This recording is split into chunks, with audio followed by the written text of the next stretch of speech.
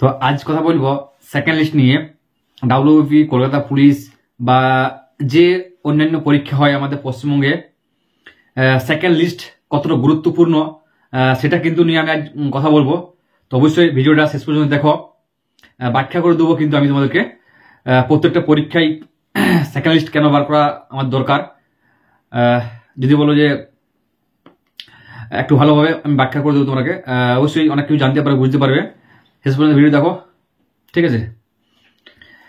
তো সকালেই কলকাতা পুলিশ পরীক্ষা বা আগে ডাব্লিউবি পরীক্ষা বা আবগারি পরীক্ষা অনেকে দিয়েছিলে।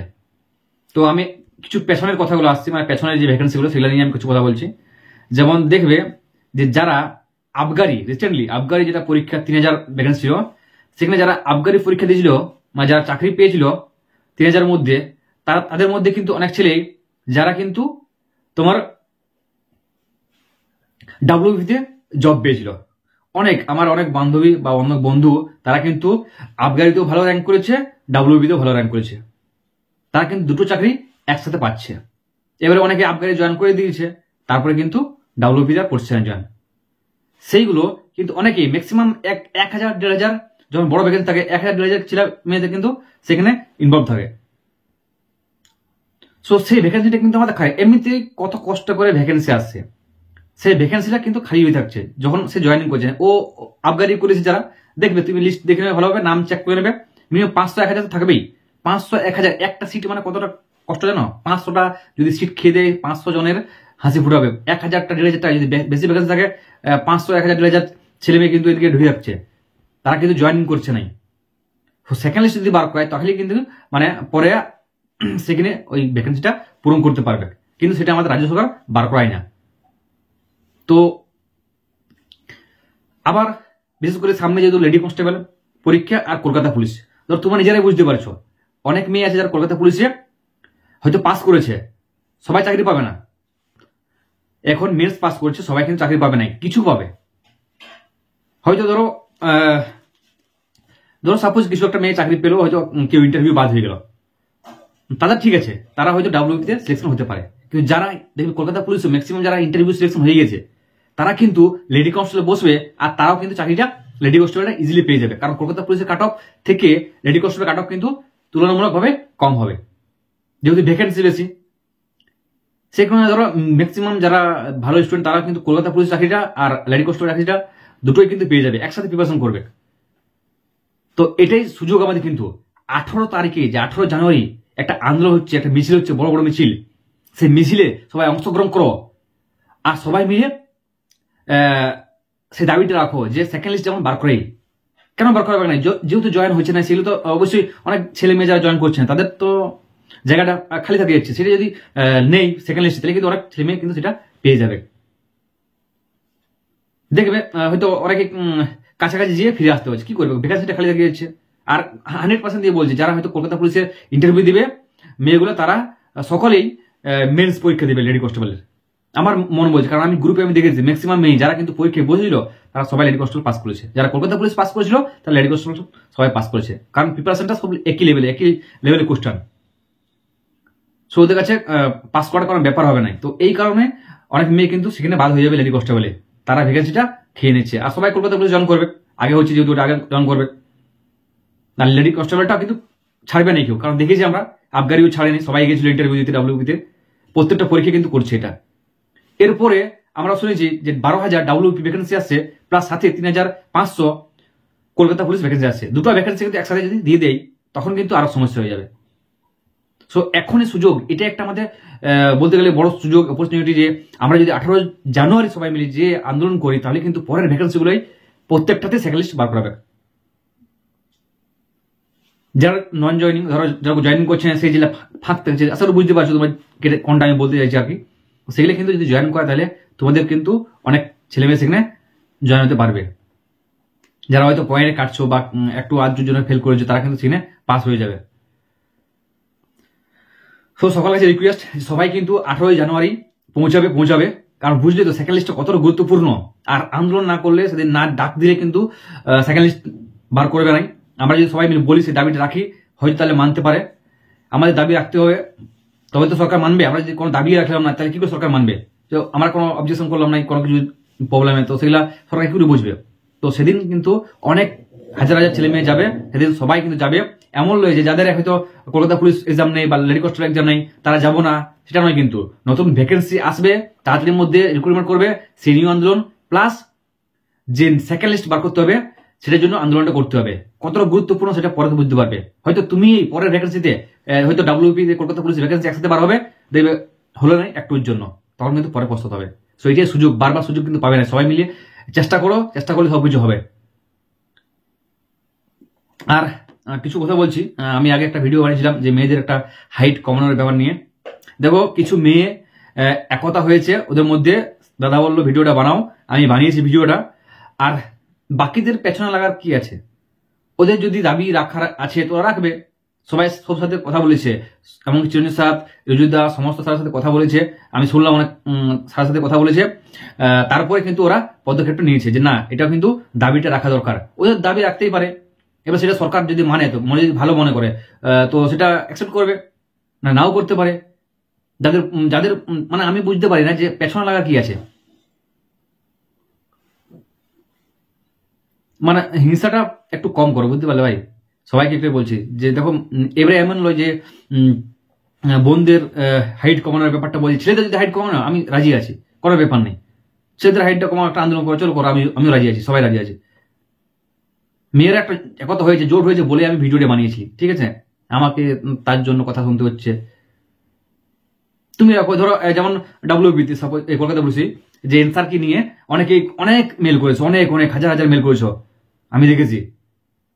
যে ওই ম্যাগনেটাইট হেমাটাইট নিয়ে প্লাস প্রফিটেবল 2 প্রফিটেবল 4 নিয়ে, কিন্তু কি লাভ হলো? যেটা সরকার ভালো বুঝবে, যেটা মনে করবে সেটাই নিবে। করতে পারো তুমি মেল, তোমার ইচ্ছা তুমি করতে পারো, কোনো ব্যাপার নেই। কিন্তু যেটা সরকার মনে করবে যেটা ভালো, সেটা অবশ্যই ওরা করবে। তো আমাদের পেজটা, আমার দাবিটা আমরা রাখতে পারি। তো যদি দাবি না করলাম তাহলে কি করে কর্মসূচি হবে? আর এমন নয় যে হাইট যদি কমে যায়, যারা হয়তো চাকরি পড়াশোনা করছো তারা চাকরি পাবে, সেটা নয়। কিন্তু যারা পড়াশোনা করবে তারা ঠিক পেয়ে যাবে, আমি এটাই মনে করি। তো বেকার কারো পেছনে লাগাটা ঠিক নাই, ঠিক আছে? আমি দেখলাম অনেক মন্তব্য করেছো, যা আচ্ছা তাই বলছো, গাল দিছো মেয়েদেরকে, বলছো হিংসা হচ্ছে আর কি, যে কমে হাইট। ধরো আমি একটা যেমন ম্যাথের ভিডিও বানিয়েছিলাম, যে সুবিধ দাস বই থেকে ম্যাথ পড়েছিল কলকাতা পুলিশে। তো একটা কথা বলছি যে আমি তোমাকে বলে দিচ্ছি যে নিতিন সিংহানিয়ার বইটা আছে, জিকে বইটা, সেই জিকে বইটা পড়ে যাবে, বা সুবিধ দাস বইটা তুমি করে যাবে। দেখবে এমন হলো যে ওই দুটো বই থেকে পড়লোই নেই, তখন তুমি কি করবে? আরো ম্যাথ বই আছে, চঞ্চল বই আছে, আরএস বই আছে, বা আদার্স অনেক বই আছে, তখন যদি ওখানে দিল, এটা তো গ্যারেন্টি নেই কখন কোথা থেকে দিবে। পরীক্ষার যে এক্সাম নিচ্ছে সে কিন্তু নিজেও জানে না। সো ওইটা ভেবে চলবে না যে আমরা সুবিধাস থেকে পড়েছি মানে পরের বার সুবিধাস থেকে পড়বে, সেটা নয়। কিন্তু ম্যাথের বেসিক জানতে হবে, তুমি বেসিক শিখো, যে কোনো একটা বই ধরে তুমি বেসিক শিখো। লাভ ক্ষতি কি থাকে, ক্রয় মূল্য, ধার্য মূল্য, বিক্রয় মূল্য, সেই জিনিসটা শিখো। ট্রেন সংখ্যা থেকে সময়, দূরত্ব, গতিবেগ, এইটা শিখো, যে কিভাবে তুমি দূরত্ব বের করবে, বা কিভাবে গতিবেগ বের করবে, বা কিভাবে সময়টা বের করবে, এই জিনিসটা বেসিকটা শিখো। ম্যাথ জিনিসটা এরকম, বেসিক জিনিসটা তুমি জানলে যে কোনো অঙ্ক করে যাবে। এর আগে পরে ডাব্লিউবি পরীক্ষায় তুমি দেখবে তো কেমন ছিল ম্যাথগুলো, প্রত্যেকটা কিন্তু বেসিক কনসেপ্ট ক্লিয়ার না থাকলে তুমি ম্যাথগুলো করতে পারতে না। বা জিকে তো এবারে যেমন জিকেতে হুবহু কমন এসে গেছিল, যেগুলো প্রত্যেকটাই কিন্তু কমন এসে গেছিল, যেটা ইজি কোশ্চেন সেগুলা এবার ইজি দিয়েছিল, কিন্তু পরে বারে নাও দিতে পারে, ডিটেলসে দিতে পারে। তো আমরা জিকেটা কিন্তু ডিটেলসে পড়তে হবে, এমসিকিউ পড়লে হবে না, কিন্তু ডিটেলসে পড়তে হবে। পুরো পাতা পাতা একটা ভালো বই দেখে, যে কোনো একটা ভালো বই দেখো, লুসিয়ান্ডাল্লা, বা আমি মনে করি নিতিন সিংহানিয়ার ভালো বই, ডাব্লিউবিসিএস, বা যে কোনো যা যেটা ভালো মনে হয়, একটা ভালো বই নাও, সেটা ডিটেলসে পড়ো, তারপরে তুমি এমসিকিউ অটোমেটিক পেয়ে যাবে। খালি বলি তো না, আমি নিজেও বলছি, তো আমি নিজে জানি যে সুবিধাস থেকে পড়েছি, কিন্তু সুবিধাসটাকে জল করা সহজ না। এটা এখন ম্যাথটা প্র্যাকটিস করলে কালকে ভুলে যাবে, ঠিক আছে? ম্যাথে টাইম দিতে গিয়ে রিজনিং ভুলে যাবে, রিজনিং টাইম দিয়ে ম্যাথ ভুলে যাবে, বা জিকে ভুলে যাবে, এরকম হয়, ঠিক আছে? যার যেটা পরিশ্রম করা সে করবে, ঠিকই করবে, ঠিক আছে? আমি তোমাকে বলছি, তোমাকে এমন আছে যে যারা হয়তো যদি বলে দিই যে তোমাকে পরীক্ষার আগে যদি বলে দিই যে এই বইটা থেকেই আসবে, আমি তো এখনো বলে দিচ্ছি এই বইটা থেকে যদি আসে, ধর সাপোজ বলছি কোনো একটা বই বললাম, এই বইটা থেকে আসবে, তাও দেখে পড়ে যাবে না তুমি। যে পড়ে যাবে সে ঠিকই পড়ে যাবে, যে পড়ে যাবে সে পড়ে যাবে। সো চাপের কিছু নেই, এটা তো কম্পিটিশন কিছু নেই, সমস্ত বই আছে। ম্যাথ জিনিসটা কনসেপ্ট তোমাকে ক্লিয়ার রাখতে হবে। ধরো যোগ, বিয়োগ, গুণ, ভাগ ম্যাথে আছে, সেগুলো তোমাকে শিখতে হবে, তবে যে ম্যাথ ক্লিয়ার হবে। তুমি জানলো স্পিডে করতে পারবে নাই, পরীক্ষায় ভুল করে আসবে, আমি নিজে ভুল করেছি, আমি পস্তাইছি ব্যাপারটা। চলো নেক্সট পার্টে বা নেক্সট ভিডিওতে আমি আসবো আমার ব্যাপার নিয়ে, আমার মিনস কেন এরকম খারাপ হলো বা কি হয়েছিল আমার, ঠিক আছে, বারবার কেন খারাপ হচ্ছে। তো সেই সব নিয়ে আমি ভিডিও বানাবো, যদি তোমরা কমেন্ট করে জানাও যে দাদা তোমার মিমসের ভিডিও বানাও, একটা মিমসের এক্সপিরিয়েন্সটা জানাও আমাকে, তো আমি বলবো যে কেন এরকম হয়ে গেল, কি কারণে হয়েছে। তো একটা কথা বলবো যে সবার পাশে থাকো, সাপোর্ট করো, ঠিক আছে। ওরা আমার বোন দিদি, ওদেরকে সাপোর্ট করো। ওদের দাবিটা যদি রাখে সরকার তো রাখতে পারে। ওরা একটা মিছিলে যাচ্ছে, 18 তারিখে একটা উদ্যোগ নিয়েছে, ওদের মনটা ডিমোটিভ করো না। ওদের ইচ্ছা আছে যে ধরো ওরা কি বলতো একটু পয়েন্টের জন্য বাদ হয়ে আসে, ওদের তো খারাপ লাগে, ওই যে ইচ্ছা থাকে যে আমরা মাঠ করবো, মেন্স দেবো। সেন্ট্রাল যদি এসএসসি জিডিতে, আর্মিতে, বিএসএফ, সিআইএসএফ যদি হাইট কম নিতে পারে, তাহলে অবশ্যই পুলিশে তো হাইট কম নেওয়া উচিত আমি মনে করি। একটা সেন্ট্রাল লেভেলে চাকরি করতে যে সেখানে যদি হাইট কম লাগে, তাহলে এটা কোনো ব্যাপার নেই। পুলিশে কম হাইট কোনো ক্ষতি নেই, আছে কি? পড়াশোনা করো, পড়াশোনাটাই মেন, হাইট কম বেশি এটা ব্যাপার না, ঠিক আছে। আমিও রাজি আছি, যদি কেউ চাও যে হাইট বাড়াক, 170 করুক, তাও রাজি আছি। যদি কেউ চাই যে 165 করুক, তাও রাজি আছে। কারণ সেটা সরকার বুঝবে, তুমি দাবি রাখতেই পারো, তুমি বলো যে স্যার আমাদের হাইট পশ্চিমবঙ্গ পুলিশের 170 করা উচিত, একদম দাবি রাখতেই পারো। যদি মানে সরকার, সেটা মানে সরকার ভালো বুঝবে।